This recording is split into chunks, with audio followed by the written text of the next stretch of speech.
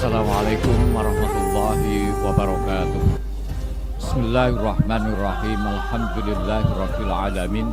Wassalatu wassalamu ala asyrafil anbiya wal mursalin sayyidina Muhammad wa ala alihi wa ashabi ajmain, amma ba'du. Selamat bertemu kembali dengan saya Muhammad Tajib di channel Kampung Ilmu, channelnya orang-orang yang tetap semangat mencari ilmu. Pada kesempatan ini saya akan menyampaikan materi mengenal rumah tangga baginda Nabi besar Muhammad Sallallahu Alaihi Wasallam. Sebagai mukadimah akan kami sampaikan makanatul mar'ah qoblal Islam, kedudukan kaum wanita sebelum Islam. Nadharatil mustama'atul lati sabaqatil Islam ilal mar'ati nadhratan duniyatan wasalibat huquqaha wa arrazatha lidzulmi wa tabaratha mata'an kaddabati allati yarkabun au kazzinati allati yalbasun walam yahtalib mustama'un an akhar fi tilkan nazrah illa biikhtilafit turuqil lati tazidu idlaluha. Sahabat Kampung Ilmu yang berbahagia, masyarakat dunia sebelum kedatangan agama Islam memandang perempuan lebih rendah martabatnya dari kaum laki-laki. Mereka merampas hak-hak dasar perempuan dan kehormatannya. Mereka perlakukan kaum perempuan dengan sewenang-wenang. Mereka menganggap perempuan sebagai objek seperti binatang yang mereka tunggangi, atau seperti perhiasan yang mereka kenakan, yang kapan saja bisa dijual, diberikan orang, atau dibuang, bahkan dibunuh dengan dikubur hidup-hidup atau dibakar. Masyarakat dunia saat itu punya pandangan yang sama dalam memperlakukan kaum wanita. Tidak ada bedanya antara orang Arab, India, Cina, Eropa, dan lain-lainnya. Semuanya sama saja di dalam menempatkan kaum wanita di tempat yang rendah dan hina. Kalaupun toh ada bedanya, yang berbeda itu hanya soal cara dan jenis penghinaannya. Yang beda itu hanya cara penindasannya dan cara merendahkannya. Kaum wanita saat itu benar-benar diperlakukan seperti perabot rumah tangga atau properti lainnya. Pemiliknya boleh melakukan apapun yang dia inginkan terhadap wanita. Singkatnya, kaum wanita mereka pandang seperti komoditas, barang, seperti barang yang bisa dijual di pasar bebas atau bisa digadaikan dan diberikan dan lain sebagainya. Sahabat Kampung Ilmu yang berbahagia, sejarah menginformasikan bahwa sebelum kehadiran agama Islam, di dunia sudah terdapat dua peradaban besar, yaitu peradaban Yunani dan Romawi. Dunia juga telah mengenal dua agama besar, Yahudi dan Nasrani. Kedua-duanya termasuk agama langit.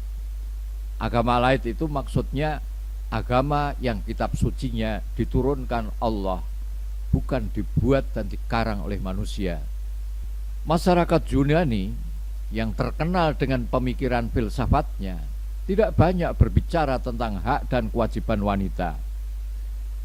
Di kalangan elit, yaitu raja-raja dan kaum bangsawan, kaum wanita ditempatkan, lebih tepatnya disekap di dalam istana-istana mereka. Sedang di kalangan lapisan bawah, nasib kaum wanita sangat menyedihkan seperti tadi saya sampaikan. Kaum wanita boleh diperjualbelikan di pasar, dan yang sudah berumah tangga sepenuhnya menjadi milik suaminya, dan mutlak harus tunduk di bawah kekuasaan suami. Mereka tidak memiliki hak-hak sipil, hak waris pun tidak mereka punyai. Pada masa puncak peradaban Yunani, kaum wanita beroleh kebebasan semata-mata untuk dapat memenuhi kebutuhan dan selera syahwat serta kemewahan kaum laki-laki. Hubungan seksual bebas dan dipandang tidak melanggar kesusilaan. Tempat-tempat pelacuran menjadi pusat-pusat kegiatan politik, sastra, dan seni. Patung-patung telanjang bulat yang banyak bertebaran di negara-negara barat adalah merupakan bukti yang menunjukkan sisa-sisa pandangan mereka. Dalam mitologi mereka, dewi-dewi di kayangan melakukan hubungan gelap dengan rakyat jelata. Dan dari hubungan gelap itu lahirlah Dewi Cinta yang terkenal di dalam peradaban Yunani. Dalam peradaban Yunani ini, wanita sepenuhnya berada di bawah kekuasaan ayahnya. Setelah kawin, kekuasaan ayah pindah ke tangan suaminya.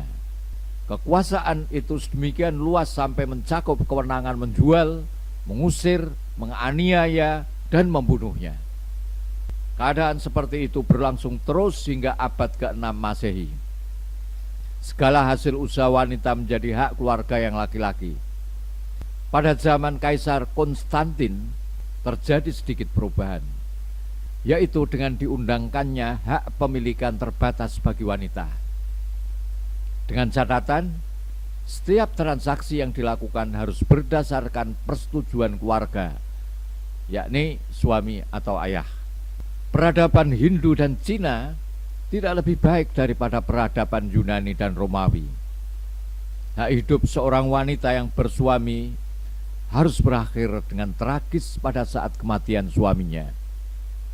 Istri harus dibakar hidup-hidup pada saat mayat suaminya diperabukan. Kebiasaan atau tradisi seperti itu baru berakhir pada abad ke-7 Masehi. Dalam kehidupan masyarakat Hindu, wanita sering dijadikan sajen bagi dewa-dewa mereka. Dalam sebuah sejarah kuno mereka mengatakan, racun, ular, dan api tidak lebih jahat daripada perempuan. Sementara itu dalam petuah Cina kuno terdapat ajaran, apa yang dikatakan perempuan boleh engkau dengar, tapi jangan sekali-kali mempercayai kebenarannya. Menurut ajaran Yahudi, kedudukan wanita sama dengan pembantu, buruh, atau pelayan. Seorang ayah berhak menjual anak perempuannya selagi belum mencapai usia balik, kecuali jika ia tidak mempunyai saudara laki-laki. Dalam ajaran mereka, wanita dipandang sebagai sumber laknat, sebab wanitalah yang menyebabkan Adam diusir dari surga. Menurut ajaran Nasrani, pada masa itu wanita dipandang sebagai senjata iblis dalam upayanya menyesatkan manusia dan menjerumuskan manusia ke dalam dosa. Pada abad ke-5 Masehi diselenggarakan suatu konsili. Konsili itu semacam muktamar para ulama-ulama Nasrani untuk memperbincangkan apakah perempuan mempunyai roh atau tidak. Bahkan dalam abad ke-6 Masehi diselenggarakan lagi suatu konsili untuk membahas apakah wanita itu manusia atau bukan manusia. Pembahasan mengenai itu berujung pada kesimpulan bahwa wanita adalah manusia yang diciptakan semata-mata untuk melayani kebutuhan kaum pria. Sepanjang abad-abad pertengahan, nasib kaum wanita tetap sangat memprihatinkan. Bahkan hingga tahun 1805 Masehi, perundang-undangan Inggris mengakui hak suami untuk menjual istrinya. Arsalallahu rahmatahu lil alamin wa anaral quluba wal afidah fakana min jumlati ma sahhahaul Islam mimma fahima wa andimatin an-nizam al-istima'i bi kulli jawanibihi walladhi yashmulul mar'ah fawadha fi makanatin lam yu'tiya iya ayya nizamin akhar la qabdu wala ba'du. Dan ketika kegelapan jahiliyah telah memuncak dan menyelimuti kehidupan sosial di seluruh penduduk dunia, keyakinan dan adat istiadat pun telah rusak, telah jauh dari nilai-nilai luhur kemanusiaan, maka Allah menurunkan rahmat-Nya ke dunia untuk menyinari hati dan pikiran penduduk dunia. Keyakinan, konsep, dan sistem sosial lama dikoreksi oleh Islam, ditata ulang kembali oleh Islam dalam semua segi kehidupan, termasuk juga hak dan kewajiban serta kedudukan kaum wanita. Islam membawa aturan-aturan hidup untuk menempatkan wanita di tempatnya yang seharusnya, di tempat yang seharusnya, tidak kurang dan tidak lebih. Aturan-aturan Islam yang diberikan kepada wanita ini tidak pernah diberikan oleh selain Islam baik sebelum kedatangan Islam maupun setelahnya. Islam telah menjamin hak-hak wanita dan menuntut dari mereka kewajiban mereka dengan cara yang sesuai dengan sifat dan naluri mereka. Islam tidak membebani kaum wanita dengan apa yang mereka tidak mampu kerjakan. Islam menempatkan prinsip-prinsip dan nilai-nilai keadilan. Islam menempatkan prinsip-prinsip dan nilai-nilai keadilan. Tidak menjunjung tinggi kaum wanita setinggi langit dengan merendahkan kaum laki-laki atau sebaliknya. Aturan Islam menempatkan laki-laki dan perempuan setara, sederajat, dan sesaudara dengan tugas-tugas masing-masing demi terwujudnya kehidupan yang sejahtera secara bersama-sama. Innaman nisa'u syaqaiqur rijal. Sungguh kaum perempuan dan laki-laki itu bagaikan saudara kandung.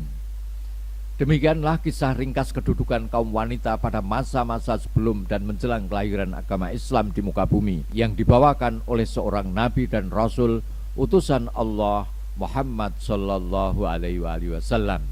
Muhammad Ajib. Assalamualaikum warahmatullahi wabarakatuh.